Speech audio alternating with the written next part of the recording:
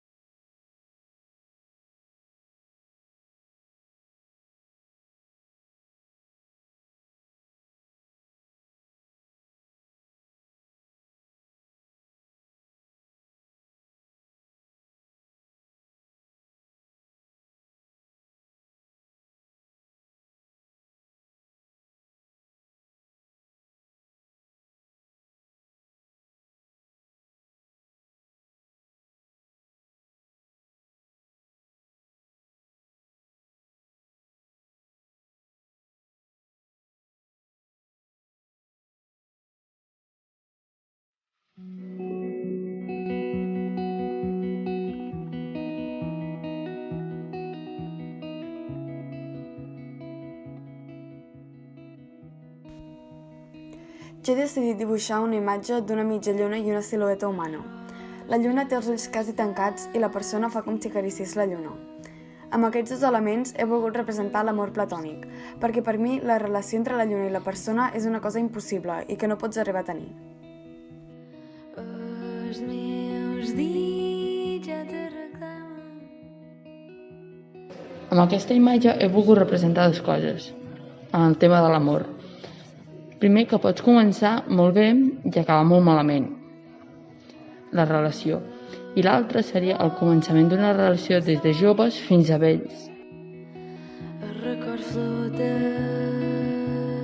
sense equilibri.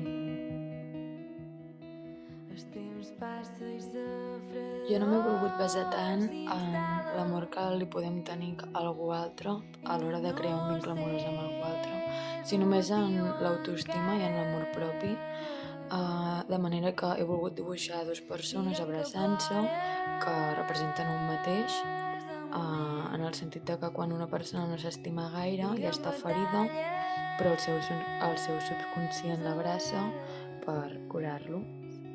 Digue'm aquest amor i ja basta.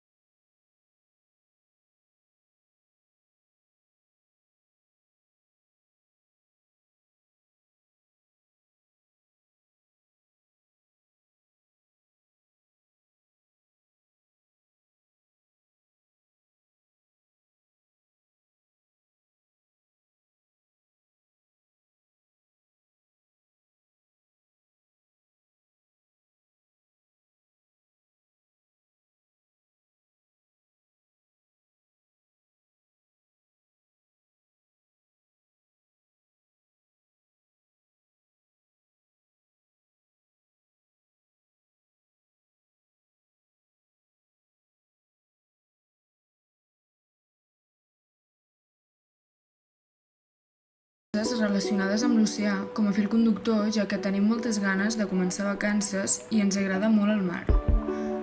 El punt crític d'aquestes obres és veure que si no deixem de tirar plàstics i brossa al mar, no aconseguirem tenir el mar de la manera que el mostrem a les 3 fotos.